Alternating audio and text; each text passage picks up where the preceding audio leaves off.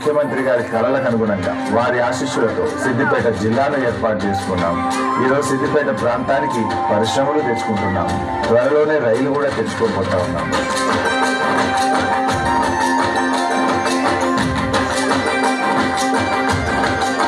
ఈరోజు మన సిద్దిపేటను అన్ని రంగాల్లో అభివృద్ధి చేసుకుంటూ ఇటు త్రాగునీరు, రంగనాయక సాగర్ ప్రాజెక్టు ద్వారా సాగునీరు కూడా అందించుకోవడం జరుగుతుంది.